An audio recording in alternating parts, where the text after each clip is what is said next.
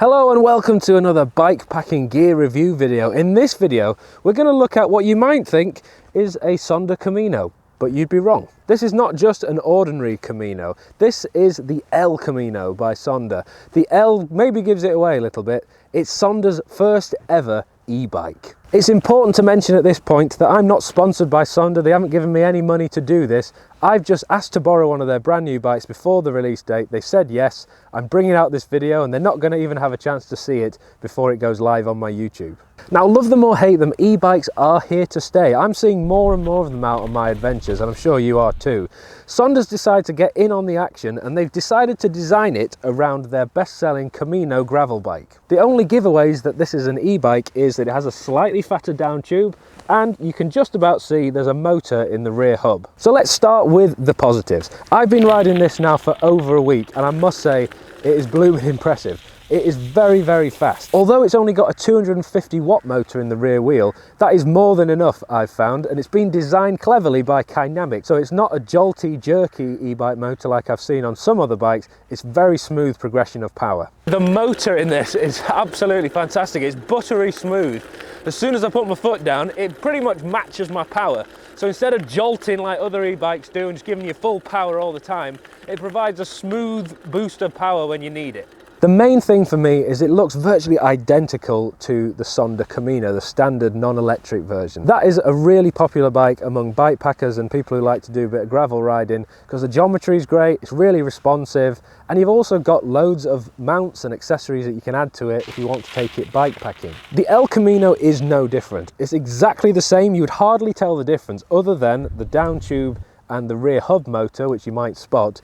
Everything else is identical. You've got the same geometry, the same pannier rack mounts, fork cage mounts, bottle cage mounts, 3 of them. So you pretty much have everything you need to get going to take this bike out into the wilderness. The first thing you notice is the responsiveness. It is super, super agile. It's only got a 70mm stem, same geometry as the old Camino, making it really, really nippy. I love the simplicity of the interface. There's just one screen, it's on your top tube. You've only got 3 settings to choose from 1 to 3, 1 being the lowest obviously and 3 being the highest. And you can switch between them using these blips that can be installed anywhere on the handlebars. You can put them on the drops or on the tops or the hoods, whatever it is that you're after, so that you can switch between the power modes. And that is it.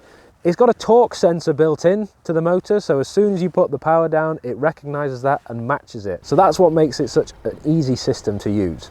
So what about the range on this thing? As standard, Sonder say it'll do about 65k between charges. Now obviously that depends on what mode you're on and the weather conditions, and bearing in mind I've been riding it pretty much flat out in snow. I've done about 40k and I still haven't had to charge it yet, so I would say that's about right. Another really cool thing I like about this is the charging time. From flat to fully charged, it takes 3 hours. Some of the other e-bikes I've been riding take a lot longer than that, so allowing you to go from 0 to full in 3 hours is really decent. The battery is concealed here in the down tube. It is actually quite accessible if you need to get at it. There are some screws underneath the bottom bracket to pull it out, but you shouldn't need to do that. There's not much servicing that needs to take place. For those of you who are worried about battery range, Sonder have said they're going to bring out a battery extender pack, which is something that you can screw into the rear bottle cage here, effectively giving you another battery. So how much does this bike weigh? To be honest, it doesn't weigh that much. I haven't actually weighed it properly, but I can pick it up pretty easily. It has a 2kg motor in the rear hub, and considering that weight, it isn't bad at all. Sonder have said the rough estimate of the weight should be about 2.5 kilos more than the equivalent standard Sonder Camino build. Although I've absolutely loved this bike, there's a couple of areas that I think could be improved slightly. Number one is the lack of support for 12-speed gearing. The way the hub is designed, it can only take an 11-speed free hub, which, to be honest, is absolutely fine. You don't need 12-speed on a bike like this because you've got the battery. I would only ever go for 12-speed if I needed that additional support going up a hill, and you've got that in the battery.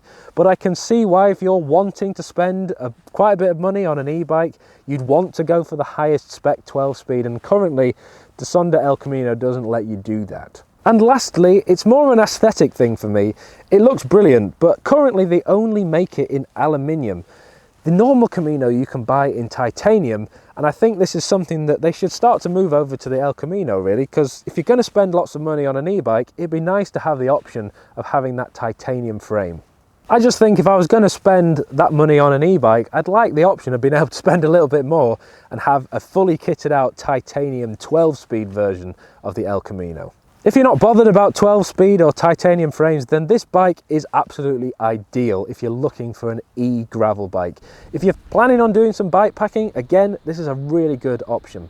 This will be released by Sonder pretty much any day now, and it's expected to start at about £2,800 for the base model, and obviously any other components you put on are going to increase the price. Overall, I've absolutely loved riding this bike. It has been a proper barrel of laughs. Even in the snow recently, I've been smashing it around the local gravel trails, and it has been so much fun. I can see why, if you're in the market for an e-bike and you're wanting to start doing some bike packing or gravel riding, you'd definitely be interested in something like this. I can't wait to take this bike on a bike packing adventure when the weather starts to improve, hopefully soon. I haven't been on a bike packing adventure with an e-bike yet. It's been something I've been wanting to do just to see how it fares, see how I can cope with the charging situation. So this seems like the perfect bike to do that with. If you're in the market for a new gravel e-bike, then you really can't go wrong with the El Camino. It has been so much fun, and I really don't want to give it back. If there's anything I've not answered, feel free to put a question in the comments and I'll do my best to answer it for you then. Thank you very much for watching, and I'll see you in the next video.